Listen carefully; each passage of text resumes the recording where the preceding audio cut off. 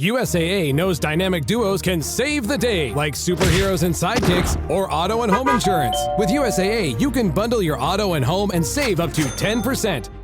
Learn more and get a quote at usaa.com/bundle. Restrictions apply. This episode is brought to you by Indeed. When your computer breaks, you don't wait for it to magically start working again. You fix the problem. So why wait to hire the people your company desperately needs? Use Indeed's sponsored jobs to hire top talent fast. And even better, you only pay for results. There's no need to wait. Speed up your hiring with a $75 sponsored job credit at Indeed.com/podcast. Terms and conditions apply. Salut à toutes, salut à tous. La 11e étape du Giro qui a écrit échappée en gros sur tout son parcours. C'est vraiment une étape parfaite a priori pour une échappée. Elle est assez similaire à l'étape qui a été remportée par Luc Plapp avec une ascension à mi-course. D'abord un parcours, un début complètement plat où l'échappée devrait se former, puis à mi-course une grosse ascension, l'Alpe San Pellegrino, 14 km à 9% de moyenne avec les 4 derniers kilomètres à plus de 11%, donc là ça va être terrible. Tous les sprinteurs diront ciao probablement au peloton. Ensuite, il y a une longue redescente et puis pour finir, 50 derniers kilomètres avec deux ascensions. Le Toano, 11 km à 5% et le Pietra di Bismantonva, 6 km à 6%, dont le sommet sera situé à 5 km de l'arrivée en gros. Et le final se fera sur du plat. Donc voilà, une étape a priori pour baroudeur. Attention quand même à un coureur comme Mats Pedersen qui est aussi capable de monter ce San Pellegrino et ensuite une fois que les sprinteurs, la plupart seront plus là, comme on l'a vu faire à de nombreuses reprises, s'imposer au final dans un sprint en petit comité, à voir si Corbin Strong, Arluis Allard, qui sont les autres sprinteurs que l'on a vu être bons grappeurs pour être là dans le final. Et puis du côté des coureurs du classement général, il y aura aussi peut-être des tentatives, au moins dans la dernière ascension, celle de Bismatonva, même si elle n'est pas très très pentue. Un puncher pourrait aussi, pourquoi pas, tenter un coup. Donc plein de scénarios possibles encore aujourd'hui. Ça va être dantesque sur ces 186 km entre Viareggio et le Castelnuovo Nemonti. C'est la 11e étape du Giro. La chute de Bellocchi juste devant Armstrong qui est parti dans le terrain. Et attaque de Pierre Roland. Voilà ce que nous disons depuis le début de ce Tour de France. Une chute terrible. Christopher Froome à pied. Mais quelle image du Tour. On n'a jamais vu ça. 100% cyclisme, le podcast du vélo en direct. Ça va Marion? Désolé. Here we go. Et c'est parti pour cette 11e étape. Et le premier attaquant du jour, c'est non moins que Wout van Aert qui attaque. Il est là en tête. Il y a un coureur de la Poltivit Malta, l'Arkea. On a Lorenzo Fortunato aussi qui est là, qui va vouloir prendre l'échappée parce que la première ascension, c'est un col de première catégorie. Il y a 40 points à prendre au sommet. Donc s'il pouvait passer en tête, ça serait évidemment un très gros coup. Il voudrait être devant. Il y a du monde qui suit ce premier mouvement initié par Wout van Aert. Dès le kilomètre 0, ils sont 4 à être un petit peu sortis là. Mais il y a bien d'autres coureurs qui suivent. Coureur de Lièvre, de la Barre Victorious, Intermarché. On l'a dit, aujourd'hui, ça pourrait très bien être pour l'échappée. Donc il y a du monde qui va vouloir la prendre. On va voir si ça prendra autant de temps qu'il y a 2 jours lorsque l'échappée a mis quasiment 2h30 à se former. En tout cas là, ça y est, tout le monde est repris. Wout van Aert repris. Beaucoup de monde qui va vouloir y aller aujourd'hui devant. Allez, de nouveau un groupe de 4 coureurs qui a réussi un petit peu à s'échapper. Ils ont réussi à prendre un petit peu d'avance ces 4-là. On va voir qui y a à l'intérieur. Il y a au moins un coureur, c'est Martin Marcelluzzi. Pour la Bardiani, c'est lui qui a initié le mouvement. Il est accompagné par un coureur de la Poltivit Malta, un coureur de Lièvre et un coureur de l'Alpecin de Koninck. C'est Francisco Munoz qui est là pour la Team Poltivit Malta, Owen Doul pour Lièvre Education Easy Post et Fabio van den Bosch pour l'Alpecin de Koninck. Voilà les 4 premiers coureurs qui ont fait un véritable écart sur le peloton. Alors, il n'est pas grand. Ils ont peut-être, je pense qu'ils ont moins de 10 secondes. Mais quand même, derrière, il n'y a personne d'autre qui arrive à sortir.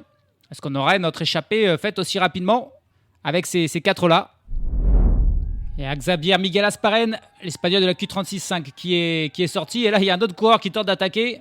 C'est carrément Mats Pedersen avec son yacht Ciclamino. On aurait pu penser qu'il allait rester dans le peloton et plutôt essayer de rattraper l'échappée sur la fin. Non, il essaye d'être dans l'échappée. Alors, il a amené 10 coureurs dans sa roue carrément. Coureur de la Jayco, la Soudal Quick-Step, coureur de la Decathlon. Forcément, quand Mats Pedersen attaque, tout le monde veut aller avec lui. Le problème, c'est qu'il amène tellement de monde que ça ramène aussi le peloton. On a toujours un de nos 4 coureurs devant, Marcelluzzi, Munoz, Doul et Van den Bosch, qui ont 14 secondes d'avance sur le peloton. Là, le peloton qui est en file indienne, qui est en train de revenir sur le mouvement initié par Mats Pedersen.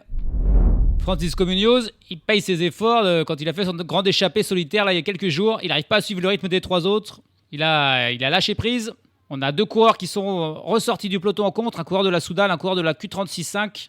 Je crois que c'est Mathieu Cataneo qui est sorti pour la Soudal Quick-Step, accompagné probablement encore de Xavier Miguel Asparren, mais le peloton qui est de nouveau en train de revenir en file indienne. On a donc plus que 3 coureurs devant, puisque Munoz a lâché. Ils ont à peine 10 secondes d'avance sur un peloton toujours très très actif pour l'instant. 176 km de l'arrivée. Et les échappés là qui n'ont pas réussi finalement, qui sont repris. Peloton de nouveau groupé parce qu'il y a eu un groupe de 5 coureurs qui est ressorti, qui est revenu sur eux et tout le peloton est finalement revenu. Tout est à recommencer. Ça attaque de partout. Encore 6 coureurs. On a vu Wout van Aert très actif. Wout van Aert qui tente de prendre l'échappée. Mats Pedersen aussi. Mais pour l'instant, personne qui n'arrive à faire la différence. Là, ce groupe de 6, il a pris 5 mètres d'avance et va être repris. C'est dur parce que c'est plat, ça va vite, c'est presque en descente. Et donc, c'est difficile aussi de faire des différences sur un profil aussi plat. Van Aert qui est là accompagné d'un coureur de la Groupama, coureur de l'Intermarché, on a même un coureur de la Lidl Trek, Ineos, mais le peloton est juste derrière, revient fort. Je pense que sur les 25 équipes qui sont là, il y en a au moins 20 qui veulent mettre un coureur dans l'échappée, donc forcément, c'est très très compliqué. Tout le monde essaye. On a même vu le duo Van Aert-Mats Pedersen partir les deux ensemble, mais voilà, on les a immédiatement rattrapés au prix d'un gros effort. Là, on a 3 coureurs qui ont réussi à faire un petit écart. C'est le plus gros écart depuis le tout début. Et le départ de Marcelluzzi, c'est Mattia Cataneo qui est retourné avec un coureur de la Tudor, c'est Yanis Voisard. Et derrière eux, ils ont un coureur de la Groupama FDJ. J'ai pas encore vu qui c'était. Mais voilà, on a 3 coureurs qui ont repris un petit peu, on va dire une dizaine de secondes d'avance sur le peloton. On est à 155 km de l'arrivée. Ça veut dire que ça fait déjà 30 km que cette bataille dure. Et clairement, rien n'est fait. C'est Enzo Paleni pour la Groupama FDJ. Qui est en poursuite du duo Cataneo-Voisard. Enzo Paleni n'a pas réussi à rejoindre les 2 hommes de devant, il a été repris par le peloton. Mais il y a un autre coureur qui a réussi à sortir tout seul, c'est Alessandro Verret pour l'Arkea BNB Hotel. C'est lui qui désormais est en poursuite du duo Cataneo-Voisard. Mais c'est des gros efforts, aussi bien pour celui qui est tout seul que pour les 2 qui sont devant. Alors que les écarts sont minimes, 18 secondes d'avance pour Cataneo et Voisard sur un peloton. Où il y a encore évidemment beaucoup de coureurs qui veulent se mêler à l'échappée, qui attaquent, d'autres qui ne s'occupent que de rattraper les échappées, d'autres qui prennent leur mal en patience en attendant le bon moment, jaillir vraiment, sentir le coup. C'est aussi ça les échappées, prendre l'échappée, c'est savoir sentir le moment exact où la bonne échappée part. Parce que si on essaye 15 fois de prendre l'échappée, on s'épuise et ensuite, même si on est dans l'échappée, ça sert à rien parce qu'on sera vite distancé, épuisé. Il faut savoir attendre le bon moment et ne pas attendre trop longtemps non plus. C'est une question de timing parfois les échappées. Retour à la case départ, 146 km de l'arrivée et Voisard et Cataneo sont repris parce que tout le monde veut prendre l'échappée, parce que plein de coureurs attaquent, parce que plein d'équipes roulent pour être devant. Et le peloton est donc de nouveau entièrement groupé. On est vraiment parti encore une fois pour ça va faire déjà quasiment 40 km. Il faudra bien 1 heure ou 2 pour que l'échappée se forme encore aujourd'hui. Et un nouveau duo qui réussit à s'isoler. Cette fois-ci, c'est Steven Kruijswijk pour la Visma Lease Bike, accompagné de Xavier Miguel Asparren, que l'on voit beaucoup dans cette étape. 2 coureurs qui ont repris, on va dire, 5 secondes d'avance sur le peloton, qui ont réussi à légèrement s'isoler. À la fois, ils sont contents d'être devant, d'avoir fait un tout petit écart, et à la fois, ils aimeraient être plus nombreux, parce qu'à 2, ça va être impossible. Que c'est dur de prendre l'échappée, que c'est dur. 140 km de l'arrivée, et on va arriver au premier sprint intermédiaire, tiens. Et ça va être Asparren et Kruijswijk qui vont se partager les premiers points. Ils ont une dizaine d'avance toujours sur le peloton. Il me semble qu'il y a 3 coureurs quand même qui sont réussis à sortir un tout petit peu du peloton. Mais je ne vois pas de Mats Pedersen parmi ces 3-là. Donc a priori, il prendra pas de points là au classement du maillot Cyclamino. Mats Pedersen, c'est Asparren qui passe en tête devant Steven Kruijswijk. Et derrière, on a 3 coureurs avec un coureur de la Polte Visit Malta, un coureur de la Bardiani, un coureur de la Cofidis et un coureur de la Soudal Quick-Step. Ils sont 4 en fait à passer là et à donc prendre tous les points. Pas de points pour Pedersen, mais bon, il y a tellement d'avance que c'est pas si grave. Ouais, ces 4 coureurs ont aussi un petite avance sur le peloton. Mais le peloton qui n'a toujours pas abdiqué, qui roule toujours à fond. Le groupe de 4 où on retrouve encore Alessandro Tonelli pour la Team Polte Visit Malta, Martin Marcelluzzi pour la VF Group Bardiani, Anthony Perez qui est là pour la Cofidis. On l'avait pas vu depuis le début de ce Giro, Anthony Perez. Et puis c'est Mattia Cataneo qui retente une 3e fois pour la Soudal Quick-Step. Il a envie d'être devant, Mattia Cataneo. Voilà le groupe de 4 coureurs à la poursuite du duo Kruijswijk, Asparren. Mais encore une fois, les écarts sont minimes. Et allez, tout le monde est repris, le groupe de 4 a été repris. Et là, c'est le duo Kruijswijk-Asperain repris. Un coureur de la Politisite Malta qui part en contre. 135 km de l'arrivée. Mais toujours absolument rien de fait du tout. Peut-être ça ne se fera que dans cette ascension terrible là de l'Alpe San Pellegrino. Avant cette Alpe San Pellegrino, il y a quand même une autre petite ascension non répertoriée. 3,6 km à 6% de moyenne. Peut-être ce sera là que pourra se faire la différence. Avant l'énorme difficulté qu'est l'Alpe San Pellegrino. Un groupe d'une 8aine de coureurs qui sort encore. On s'engueule là, c'est Mattia Cattaneo encore. Il a vraiment envie d'être devant Cattaneo. Il était avec Joseph Cerny. Il n'était pas content que derrière ça roule pas fort. Finalement là on a un duo de la Décathlon qui roule. Et au final là il y a une cassure qui est faite. Au moins ils sont beaucoup plus de 8 finalement. Il y a 25 coureurs qui ont pris une petite avance sur le peloton là. Alors là, par contre, ça peut être un moment important. Mais du coup, c'est pas possible, il roule pas. Il roule pas dans ce groupe de 25 où on retrouve d'ailleurs le maillot rose Isaac Del Toro qui est là et qui suit les mouvements Isaac Del Toro. Il est là dans ce groupe de 25 coureurs qui a pris l'avance sur le peloton. Derrière, le peloton n'est pas du tout organisé non plus. Et il est même carrément en tête, là, Isaac Del Toro, avec un coureur de la Bahreïn, un coureur de l'Israël. Mais non, tout le monde s'arrête un petit peu. On veut pas partir avec le maillot rose. On sait que ça sert à rien. Donc là, carrément, ce sont les coureurs un petit peu de l'échappée qui étaient trop nombreuses. Il y avait trop de monde. Ils attendent que le peloton revienne. Il y a Wout van Aert aussi qui est là dans ce groupe de 25. Et ça va se regrouper de nouveau à 127 km de l'arrivée. On entre dans cette ascension non répertoriée. Ces 5 km là à 6% de moyenne. C'est Nicolas Conci pour l'Astana qui place une attaque et qui prend un petit peu d'avance. Derrière, un coureur de la Bardiani qui tente de sortir. Coureur aussi de l'Arkea. Encore plein de monde qui tente de s'échapper. Ils se disent que c'est peut-être le bon moment là. Auparavant, on était sur le plat. C'était le moment pour les rouleurs de s'échapper. Et là, on est plutôt sur de l'ascension. Donc, c'est peut-être ceux qui ont un profil un peu plus de grimpeurs de tenter leur chance. Nicolas Conci qui se retourne. Il attend. Il va évidemment pas y aller tout seul. Il attend que le coureur de la Bardiani revienne. Mais derrière le coureur de la Bardiani, il y a un petit peu tout le peloton en fait. Et ça va donc de nouveau se regrouper. Allez, un nouveau mouvement. Là, c'est Wout Poels, coureur d'Astana, qui initie ce mouvement. Et suivi par Wilco Kelderman. Il y a Romain Bardet qui se joint à la lutte. Là, voilà, là, c'est dans un passage un petit peu pentu. Quentin Paché, Rémi Rojas. Et on a une dizaine de coureurs peut-être. Le peloton est encore une fois juste derrière. Il y a plein d'autres coureurs. C'est très très décousu. Il n'y a aucune équipe qui gère. Là, c'est vraiment...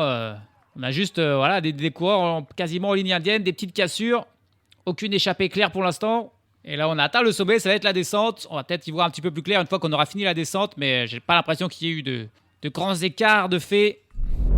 Ils sont que deux finalement à être sortis là après ce mouvement. C'est Wout Poels et Wilco Kelderman. Ils ont 22 secondes d'avance sur le peloton. On est donc bien loin encore d'une échappée décisive. Mais voilà, 2 hommes devant et 2 Hollandais expérimentés. Wilco Kelderman pour la Visma Lease the Bike et Wout Poels pour l'XDI Astana Team. Allez, ça continue avec encore un groupe d'une... on a quoi là? Quasiment 15 coureurs qui ont pris une petite avance sur le peloton. Et... peut-être que là... On a peut-être notre échappée du jour, elle est grosse en plus. J'ai l'impression que le peloton, il y a encore quelques coureurs là, 1 ou 2 coureurs qui tentent de sortir. Derrière le peloton qui fait un petit mur, je ne sais pas quelles sont les équipes là. On a vu l'hélicoptère, mais voilà, et on a un peu marre de ce rythme complètement fou. On est à 115 km de l'arrivée, on est parti depuis quasiment 80 km. On voit un gros groupe avec des noms comme Peyo Bilbao, comme Nairo Quintana, Matthias Vacek, Lorenzo Fortunato qui est là avec son maillot de meilleur grimpeur. Ça s'est fait d'un coup, Ça s'est fait d'un coup, c'est incroyable. Les coureurs ont essayé pendant des kilomètres et des kilomètres. Mais non, il y a encore quand même des coureurs dans le peloton qui tentent de sortir. C'est pas encore fait. C'est pas encore fait. Un groupe de 5 coureurs à peu près qui vient de sortir encore. Ils sentent que c'est peut-être le gros mouvement, la grosse échappée là. Et une échappée qui pourrait être décisive, aller au bout. À voir encore s'il n'y a pas de coureur du classement général dangereux pour le classement général dedans. J'ai pas eu l'impression. Ils sont au moins 30 dans ce groupe-là de poursuivants. On a toujours un Wout Poels et Wilco Kelderman en tête qui ont une dizaine de secondes d'avance sur un groupe. On retrouve Mats Pedersen qui est finalement aussi là pour lancer Matthias Vacek probablement. On a donc Bilbao, Quintana, on a Marco Brenner, on a Fortunato, mais on a plein d'autres coureurs. On n'a pas encore la liste. On a James Knox. Et ce groupe-là d'une trentaine de coureurs a désormais plus de 30 secondes d'avance sur le peloton. Donc là... J'ai bien l'impression que l'échappée est faite, mais on arrive déjà quasiment, on est au pied, on est à 3 km du pied de l'Alpe San Pellegrino, donc ce groupe va probablement encore exploser. On a 4 coureurs là dans le No Man's Land entre le groupe de 30 coureurs et le peloton. Mais voilà, là, il y a désormais plus personne qui va tenter de sortir du peloton. Et probablement, on va voir désormais les équipes de leaders, la Team Emirates et la Red Bull rouler. Parce que là, il y a vraiment un gros groupe qui est parti. C'est quand même un peu dangereux. On y est, au pied de l'Alpe San Pellegrino. Je rappelle les pourcentages assez terribles de cette ascension. 14 km à 8,8% de moyenne. Avec les 4 derniers kilomètres à plus de 11% de moyenne. Donc, autant vous dire que là, ça va faire mal. Il y a des passages à 19% au maximum. Ils sont à peu près 35 coureurs. Donc, dans l'échappée, au final, voilà, on a une échappée de 35 hommes qui a 1 minute et 12 secondes d'avance sur un peloton mené désormais par la Team Emirates. La situation qui s'est enfin éclaircie. Alors, je ne vais pas vous faire la liste de tout le monde qu'il y a dans cette échappée. On a des coureurs comme Stefano Oldani, Rémi Rochas, Kevin Guenietz. On a un trio pour la Lidl Trek avec Pedersen, Vacek et Hull, le vainqueur d'étape du chrono hier. Dries de Bont est là pour la décathlon. Ah bah d'ailleurs, juste au moment où je dis ça, on le voit déjà en train d'être distancé. Voilà. Dès les premiers pourcentages, Dries de Bont, il est distancé de ce groupe de 35. Donc voilà, hein, là ça va. C'est comme, ça va être un peu comme un peloton qui va s'étioler d'abord petit à petit. Et on a un autre coureur là pour l'Alpecin de Koenig qui était là, mais qui lâche. C'est Edward Plancart. Voilà, des coureurs, ils ont pris l'échappée, mais ils ne seront pas restés longtemps parce que cet Alpe San Pellegrino, c'est de la haute montagne, ça va être terrible. Et les meilleurs grimpeurs qui sont là, on a Peyo Bilbao, on a Quintana, on a Vacek, on a Fortunato, Kelderman et Woodpool sont aussi des très bons grimpeurs. Voilà à peu près les plus gros noms, il me semble, dans cette échappée. Et dans le peloton, ça lâche aussi pour quelques coureurs. Hein, Et là, il y a carrément David Gaudu. David Gaudu qui est lâché du peloton dans un groupe avec plutôt des sprinteurs. Alors ça, c'est très étonnant. En compagnie de Taco van der Horn, en compagnie de Matej Govekar. Alors là, David Gaudu qui est lâché dès le pied de cette ascension de l'Alpe San Pellegrino. Alors là, c'est vraiment la fin de toute ambition au classement général pour le Français. Je ne sais pas si c'est volontaire et qu'il veut perdre du temps ou s'il est vraiment mal. Mais David Gaudu qui lâche dès le pied de l'Alpe San Pellegrino au sein de ce qui va être probablement le groupe Eto du jour. Alors on s'y attendait pas quand même, il n'était pas au top de sa forme, mais de là à lâcher dès le début, il va pas bien. Il est tombé, on le rappelle, dans une chute il y a quelques jours avec Romain Bardet notamment. On a pu penser d'ailleurs qu'il aurait peut-être pu tenter de prendre l'échappée. Non, et même pas dans le peloton, il pourra suivre. David Gaudu qui dit adieu à tout bon classement a priori dans ce Giro là, parce que je le vois mal, alors qu'il reste encore 11 km d'ascension, revenir d'ici la fin. Et il y a des coureurs qui lâchent aussi dans l'échappée. On a vu Dan Hull, l'équipier de Pedersen et Vacek. Là, c'est Joshua Tarling qui lâche à son tour. Kevin Guenietz. Il y avait des coureurs pour la Jayco Alula qui étaient là aussi. Et qui lâche Félix Engelhardt, notamment autour de Dorian Godon, qui était aussi dans ce groupe-là de lâcher. Et tiens, devant, il y a une attaque pour Lorenzo Fortunato. On est encore loin du sommet, hein, mais lui, il veut le maillot de meilleur grimpeur. Il décide d'attaquer dès maintenant. Pourquoi pas? Il a fait un petit écart, Lorenzo Fortunato. Il a 27 secondes d'avance sur le groupe de poursuivants qui s'étiole petit à petit. Ils sont plus qu'une quinzaine. On a vu un groupe d'une dizaine là être lâché. On retrouvait notamment Mats Pedersen, ça y est, qui a fini son travail un petit peu pour Matthias Vacek. Il n'est plus dans le groupe de poursuivants. Et dans le peloton, là aussi, il n'y a plus grand monde. Hein. Alors, ok, Gaudu a été lâché, mais c'est largement pas le seul. Il n'y a plus déjà qu'une quarantaine de coureurs. Alors qu'on est encore à 7 km du sommet. On n'est pas dans les pourcentages les plus rudes. Cette course débutait à un rythme effréné et continue son rythme effréné même dans cette ascension. Le peloton, il est 1 minute et 17 secondes derrière l'homme de tête, Lorenzo Fortunato. Dans le groupe de poursuivants, on a Peyo Bilbao, on a Rémi Rochas, Nero Quintana, Simone Petit. On a aussi Luc Plapp, qui est là pour la Jayco Alula. Wilco Kelderman, encore là aussi pour la Visma Lease the Bike.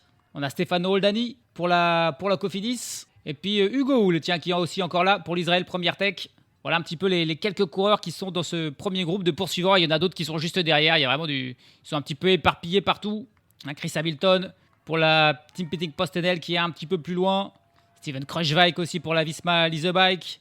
Quelques coureurs de la Bardiani avec Tarozzi, je crois, qui est encore là, avec Marcelluzzi. Bref, du monde un peu partout.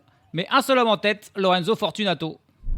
Et voilà Luc Plapp qui met une attaque là dans le groupe de poursuivants. Où ils étaient encore une dizaine. Il n'y a que Peyo Bilbao et Nairo Quintana qui peuvent le suivre. Derrière, c'est un peu plus compliqué. Stefano Oldani, Hugo Hull, il y a James Knox qui est encore là, Woodpools, Rémi Rochas qui n'ont pas suivi. Du coup, ils sont 3 coureurs en poursuite. Finalement, c'est Marco Frigo pour la Israël Première Tech qui est aussi là, qui y va, accompagné de Stefano Oldani, je crois bien. Et il y a Wout Poels aussi qui fait l'effort, vraiment dans un second temps. Wout Poels qui va revenir et on va avoir 6 coureurs désormais. Un groupe de 6 coureurs, là c'est plus clair. Wout Poels, Stefano Oldani, Marco Frigo, Nairo Quintana, Pello Bilbao et Luke Plapp. Voilà, qui sont désormais tous les 6 ensemble et qui sont à 43 secondes derrière Lorenzo Fortunato.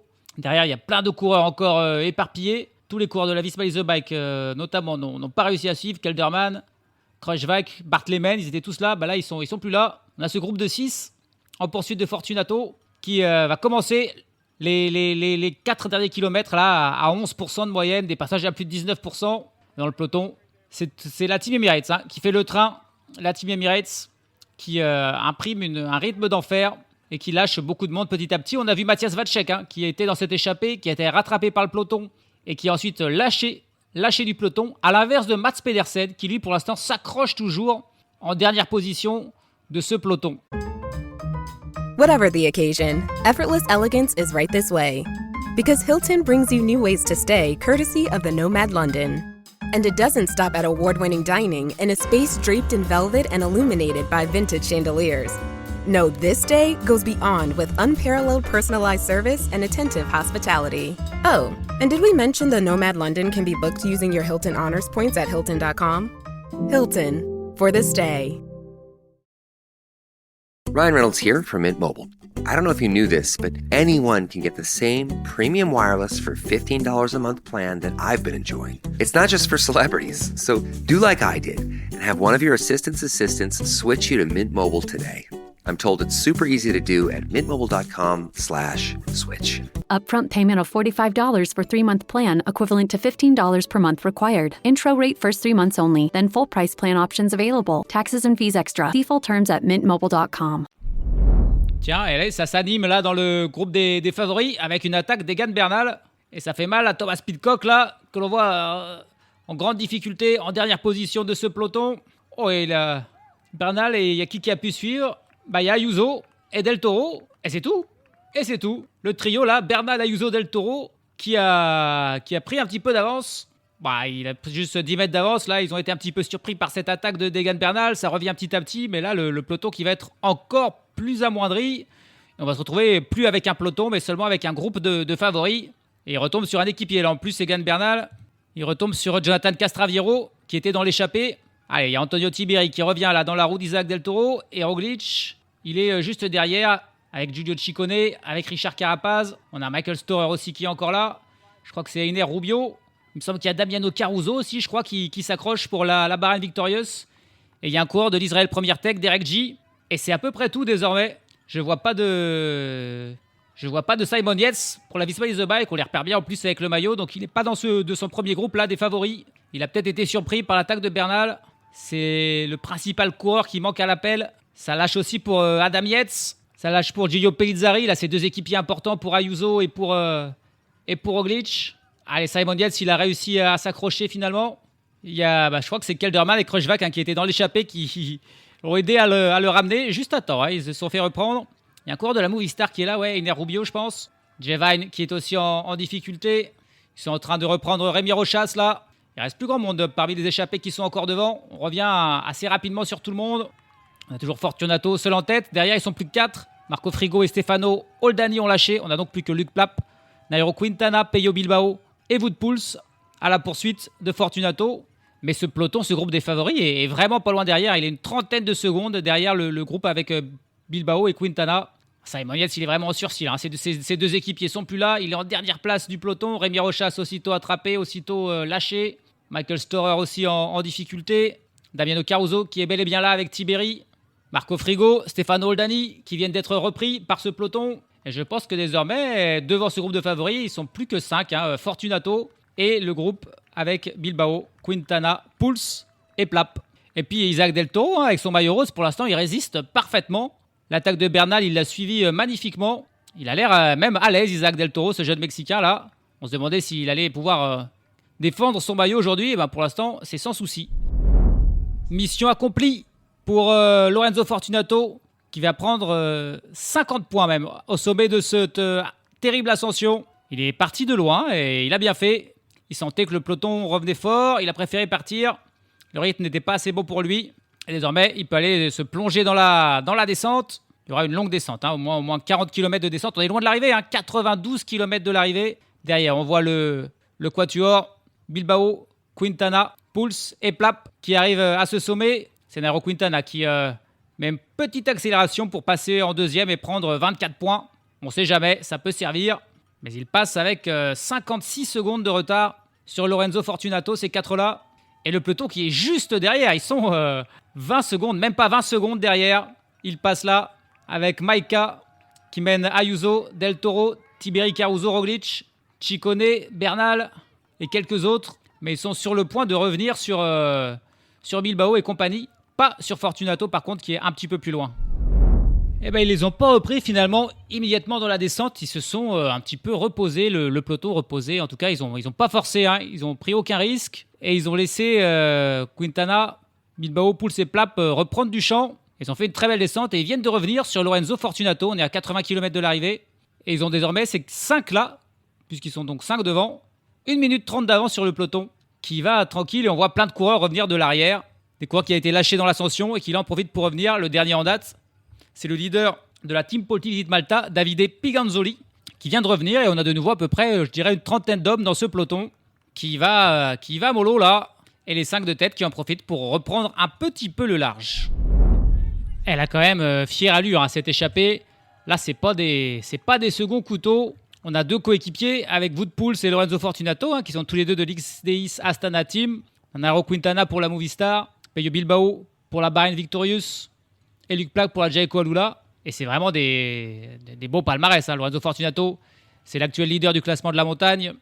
Il s'est déjà imposé sur ce Giro, une étape en 2021. Luc Plac, lui, s'est imposé tout simplement il y a quelques jours sur une étape de ce Giro. Pello Bilbao a déjà remporté 2 étapes dans sa carrière sur le Giro en 2019. Il a aussi remporté une étape sur le Tour de France en 2023, des étapes sur le Critérium du Dauphiné, sur le Tour du Pays Basque, sur le Tour Down Under. Wout Poels, lui aussi, a remporté des étapes sur des grands tours, une sur la Vuelta, une sur le Tour de France, mais aucune sur le Giro. Il pourrait compléter le triplé s'il s'imposait aujourd'hui. Wout Poels, il a aussi déjà remporté Liège-Bastogne-Liège ou des étapes sur Paris-Nice, sur le Critérium du Dauphiné, sur le Tour de Catalogne, du Tour du Pays Basque, Tirreno-Adriatico. Donc un palmarès incroyable. Et que dire de Nairo Quintana, lui, il a carrément remporté le Giro en 2014. Il a remporté la Vuelta, le classement général de la Vuelta également en 2016. Triple vainqueur d'étape sur le Tour de France. Et il a remporté d'autres prestigieux courses World Tour, course par étape, Tirreno-Adriatico à 2 reprises, le Tour de Catalogne, le Tour du Pays Basque, le Tour du Romandie. Il a terminé 2 fois deuxième du Tour de France en 2013 et en 2015. Il ne l'a jamais remporté. On peut le dire officiellement, il ne le remportera jamais. Mais aujourd'hui, il revit ses plus belles années parce que tous ces résultats, c'était avant 2020. Et là, on est en 2025 et il est de retour. Sa dernière victoire en World Tour, ça remonte à une étape de Paris-Nice en mars 2020. Voilà, c'était sa dernière victoire au niveau World Tour. Ça fait plus de 5 ans. Est-ce qu'il nous fera un retour vers le futur aujourd'hui, Nairo Quintana? On verra ça. En tout cas, c'est vraiment une très belle échappée. Souvent, je dois me regarder un petit peu et je me rends compte que personne n'a jamais rien gagné par les échappées ou une étape par-ci par-là. Là, c'est 51 victoires pour Quintana, 26 pour Pouls, 17 pour Bilbao, 8 pour Plap et 6 pour Fortunato. C'est donc des coureurs expérimentés qui connaissent la victoire et qui sont tous les 5 devant. Ils ont 2 minutes et 8 secondes d'avance sur le peloton. Ils reprennent un petit peu du temps alors qu'on est à 56 km de l'arrivée. Allez, on enchaîne vers la deuxième difficulté du jour. Un col de deuxième catégorie. Toano, elle est longue aussi, 11 km. Par contre, elle est moins pentue, 5% de moyenne. Mais il y a 18 points à prendre au sommet pour celui qui passera en tête. Et donc forcément, Lorenzo Fortunato, ça l'intéresse énormément. Et ils ont 2 minutes et 20 secondes d'avance sur le peloton. Donc il y a moyen d'y croire, d'être encore en tête. Un peloton qui ne cesse de se regrouper. Il doit y avoir au moins 50 coureurs désormais. Plein de coureurs qui sont revenus de l'arrière. C'est Filippo Baroncini, l'équipier de la Team Emirates, qui fait le plus gros du travail depuis de nombreux kilomètres désormais.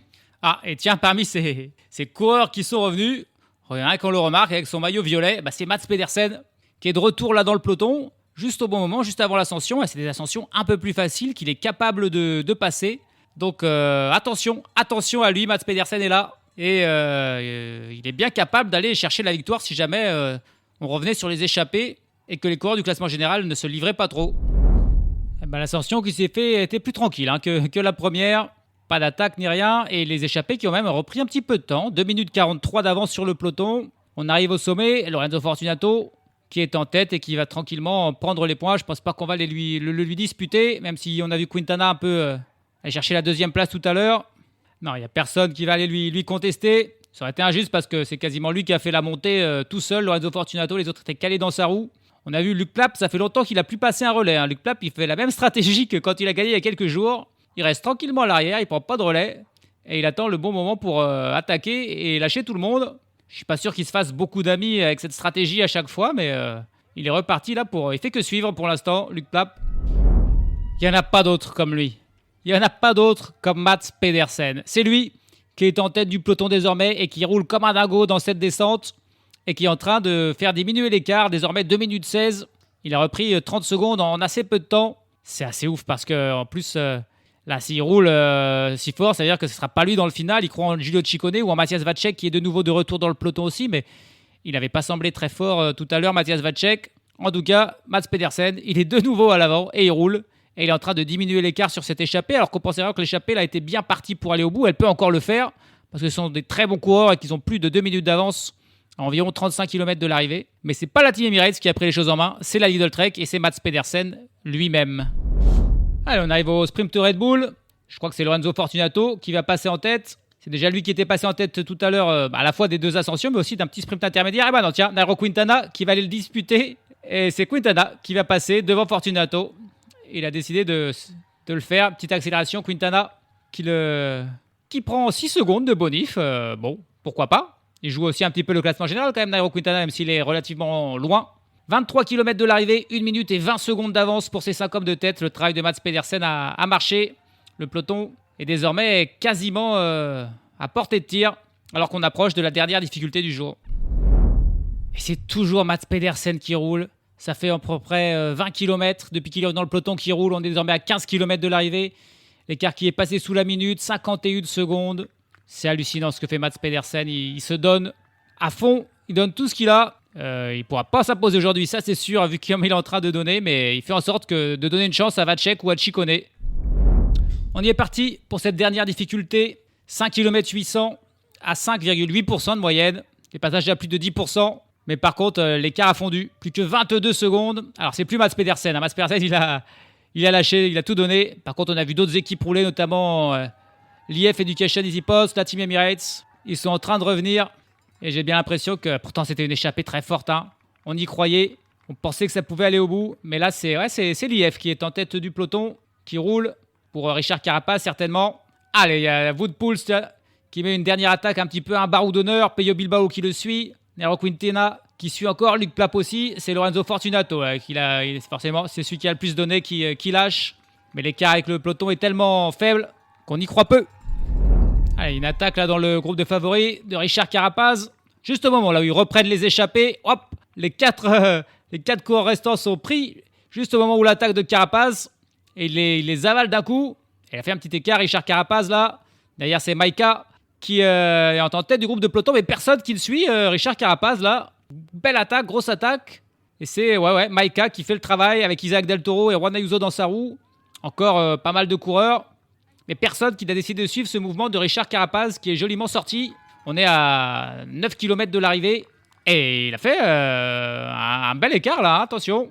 Derrière, il y a des petites cassures dans le peloton. Il faut dire que le peloton était assez gros, hein. Il y avait au moins 40-50 personnes. Tous étaient regroupés et là ils sont dans ce coup plus qu'une vingtaine suite à cette accélération de Richard Carapaz qui est joliment sorti. C'était son équipe en plus qui travaillait là sur la fin pour revenir sur les échappées et du coup c'est finalement Isaac Del Toro qui va lui-même. Rafael Maika a fini son travail. Allez, il y a Tiberi et Caruso qui reviennent dans sa roue avec Ayuso, avec Ciccone, avec Simon Yates, mais il me semble que Primož Roglic n'est pas encore là, il est dans un second temps. C'est Iner Rubio qui travaille là avec Derek G, Storer, Pidcock et Roglic. Je ne l'ai pas encore vu. Ça y est, il revient enfin, Primož Roglic. Il a mis son temps, hein. Il a mis du temps à réagir. Et ça s'est regroupé. On a le groupe de favoris avec Tiberi, Caruso. C'est Caruso lui-même qui roule désormais devant Tiberi, Bernal, Ciccone, Simon Yates, Roglic, Ayuso, Rubio, G. On a encore Michael Storer. Je crois que c'est Thomas Pidcock qui s'accroche. Et 3 équipiers de la Team Emirates qui sont encore là. Et on a aussi Giulio Pellizzari qui s'accroche pour Primož Roglic. Et on a encore... c'est Carlos Verona qui est encore là pour la Lidl Trek. Alors, ils avaient travaillé pour... il y a aussi Ciccone évidemment. Mais il n'y a plus de Matthias Vacek. C'est Damiano Caruso qui roule en tête de ce groupe, mais il y a encore des autres équipiers, notamment pour la Team Emirates. Allez, d'ailleurs, voilà qui revient. Est-ce que c'est Rafał Majka qui est encore là? Mais attention, Richard Carapaz, il a désormais 13 secondes d'avance. Tiens, et je vois aussi un Davide Piganzoli qui est encore là dans ce groupe de favoris et qui ferme la marche de cette quinzaine de coureurs. Mais ça sent très très bon pour Richard Carapaz au final. Il a 30 secondes d'avance à l'instant où il passe au sommet de l'ascension. Il lui reste désormais 5 km, mais c'est 5 km plutôt plat. C'est toute petite descente, toute petite remontée, toute petite descente, mais des très faibles pourcentages. Ça va lui aller parfaitement. 30 secondes à reprendre sur ces 5 km, on y croit assez peu. Derrière, il n'y a que Maïka qui travaille pour l'instant. Dans un groupe de favoris où il y a encore une vingtaine de coureurs et quelques coureurs qui sont revenus de l'arrière. Je vois un coureur de la Groupama FDJ qui est encore là. Est-ce que c'est Rémi Rochas qui s'est accroché? Ouais, c'est bien Rémi Rochas qui est encore là. Malheureusement, ni lui ni les autres ne vont certainement revenir sur Richard Carapaz qui est parti pour chercher une superbe victoire. Il en gagne toujours une. Hein. Il en gagne toujours une. Il sait faire, franchement, il sait faire. Là, je vois pas bien ce qui pourrait lui arriver. Et on se regarde un petit peu même là dans le groupe de favoris. C'est Adam Yates qui prend désormais la tête du peloton. Il y a même Bilbao qui est venu faire un relais, mais Bilbao, il n'a plus rien dans les pattes. Il était dans l'échappée. Pendant que Manolti a bien travaillé, pendant un moment, il a ramené l'écart à 20 secondes. C'est l'écart actuel, mais j'ai l'impression que ça va être trop compliqué. On est à kilomètre 400 de l'arrivée et on va se battre pour les bonifs, à savoir les 6 et 4 secondes qu'il y aura à prendre pour le 2 et 3. Mais la première place, c'est les 10 secondes. Ça va être pour Richard Carapaz. Allez, là, il y a une petite remontée. Mais il a l'air encore. Il a une moto qui est passée pas loin de le renverser. Juste au moment où il se rabattait un petit peu. Ça aurait été terrible. Hein, juste au moment là où il passe sous la flamme rouge. Il y a du monde dans ce peloton pour aller chercher les petites bonifs. Est-ce que Roglic est capable d'aller chercher cette deuxième place, de reprendre 6 secondes? Ce serait une belle affaire. Mais pendant ce temps, Carapaz, lui, il file vers la victoire. C'est tout plat désormais. Il n'a plus que 300 mètres à faire. Et il va s'imposer. Désormais, c'est Egan Bernal qui est en tête du groupe de poursuivants, qui va aller chercher lui aussi peut-être les bonus en lançant de loin. Il a Tom Pidcock dans sa roue, Egan Bernal. Del Toro en 3e position. Mais pour l'instant, Richard Carapaz, lui, ne relâche pas son effort. Il se retourne. Il voit qu'il n'y a personne. Ils sont encore au moins 15 secondes derrière. 150 mètres. Dernier virage. Toute petite remontée. Et il va pouvoir profiter, Richard Carapaz, l'équatorien, qui va encore une fois créer un superbe exploit, faire plaisir à tout son pays. L'ancien champion olympique qui s'impose. Richard Carapaz, ancien vainqueur également du Giro, et qui là remporte cette étape. Et derrière le sprint, pour la 2e et 3e place, c'est Isaac Del Toro qui jaillit et qui vient faire... Ouais, il s'est retourné... Bizarrement, il a arrêté son effort, mais il vient faire 2e. Je crois que c'est Ciccone qui fait 3e juste devant Thomas Pidcock. 6 secondes de bonus en plus pour Isaac Del Toro. On n'a pas trop vu le sprint, mais c'est bien lui qui passe en 2e position. Mais la victoire est aussi la belle affaire au classement général pour Richard Carapaz, qui est là pour le classement général, qui prend 10 secondes, qui termine avec une dizaine de secondes d'avance sur les autres et qui vient chercher cette superbe victoire. Il a attaqué un petit peu dès le pied là, de cette dernière difficulté et personne n'a vraiment réagi. On pensait peut-être que c'était trop loin encore du sommet pour partir. On avait encore des équipiers avec soi, c'est peut-être pour ça. On s'est dit, mais j'ai mes équipiers qui vont travailler, mais sauf que les équipiers, ils sont moins forts que Richard Carapaz. Et une fois qu'il avait 10-15 secondes, on l'a plus revu. Quelle belle étape encore. Quelle belle étape, une échappée qui a mis encore une fois un temps infini à se faire. On a eu finalement 30 coureurs qui sont vite devenus plus que 5 ou 6, mais qui a été repris cette fois-ci. L'échappée n'est pas allée au bout et c'est finalement un des favoris du général Richard Carapaz qui fait le coup parfait et qui donne la victoire à l'IF Education Easy Post. C'est sa 4e victoire d'étape sur le Giro. Il a remporté en 2018, en 2019 et donc en 2025. Ça faisait quand même 6 ans depuis son titre justement lors du Giro 2019 qu'il avait remporté devant Vincenzo Nibali et Primož Roglic. Richard Carapaz qui remporte une formidable victoire, la 24e de sa carrière. Il n'a pas gagné tant de ça, mais quasiment à chaque fois des courses prestigieuses, des courses World Tour. La preuve, la dernière victoire de sa carrière, c'était l'été dernier sur le Tour de France, les 17e étape du Tour de France qu'il avait remporté de manière un petit peu similaire, avec une attaque comme ça que personne n'avait suivi. Formidable. Richard Carapaz qui s'impose finalement avec 10 secondes d'avance sur Isaac Del Toro, le maillot rose, qui vient prendre encore 6 secondes de bonification et qui va évidemment rester en rose. Et puis Giulio Ciccone, 3e finalement. Tout le travail de Mats Pedersen, ça aurait été juste pour ça, pour ces 4 petites secondes de gagner. Je ne suis pas sûr que le jeu en valait la chandelle. Derrière le top 10 avec Pidcock 4e, suivi par Bernal, Tiberi, Juan Ayuso, Einer Rubio, Derek G et Diego Ulissi qui vient faire 10e. Et puis on avait 17 coureurs dans ce groupe des favoris ce peloton. Ceux qui manquent, mais qui étaient bien là, c'est Damiano Caruso, Primoz Roglic, Giulio Pellizzari, Thymen Arensman, Simon Yates, Davide Piganzoli, Rémi Rochas et Michael Storer. Parmi les membres du top 10, ce sont Brandon McNulty, qui a terminé 20e à 20 secondes, et Adam Yates, 22e à 31 secondes, qui ont perdu le plus de temps. Et un mot quand même sur David Gaudu, donc, que l'on a vu lâcher très tôt, et qui du coup finit très loin. Il finit tout simplement dans le groupe Eto, à 27 minutes et 40 secondes du vainqueur du jour. Donc voilà, ciao le classement général, malheureusement pour David Gaudu, ou peut-être tant mieux, ça va le libérer pour aller chercher des étapes. Le dernier du jour, on l'a souvent vu souffrir en montagne, c'est Paul Magnier, 171e, accompagné de son équipier Joseph Cerny. Ils terminent tous les deux à 28 minutes et 50 secondes dans les délais. Ça va, pas de souci aujourd'hui, pas d'abandon, pas de chute. Non plus, tout le monde est arrivé sain et sauf et dans les temps. Classement général, Isaac Del Toro reprend un petit peu d'avance. Il a désormais 31 secondes d'avance sur Juan Ayuso et 1,07 sur Tiberi. Suivent toujours Simon Yates, Primoz Roglic.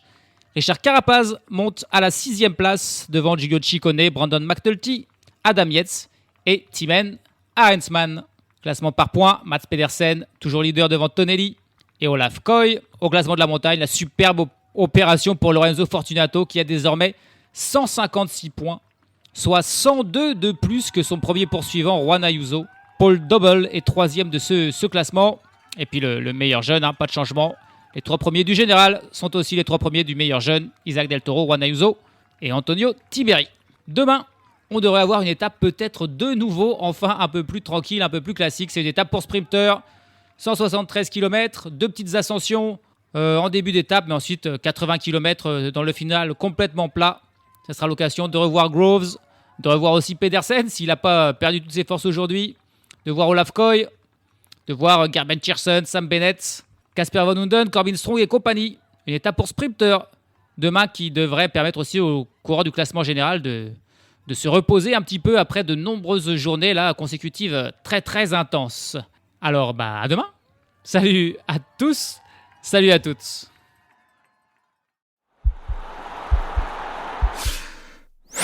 This podcast is part of the Sports Social Podcast Network.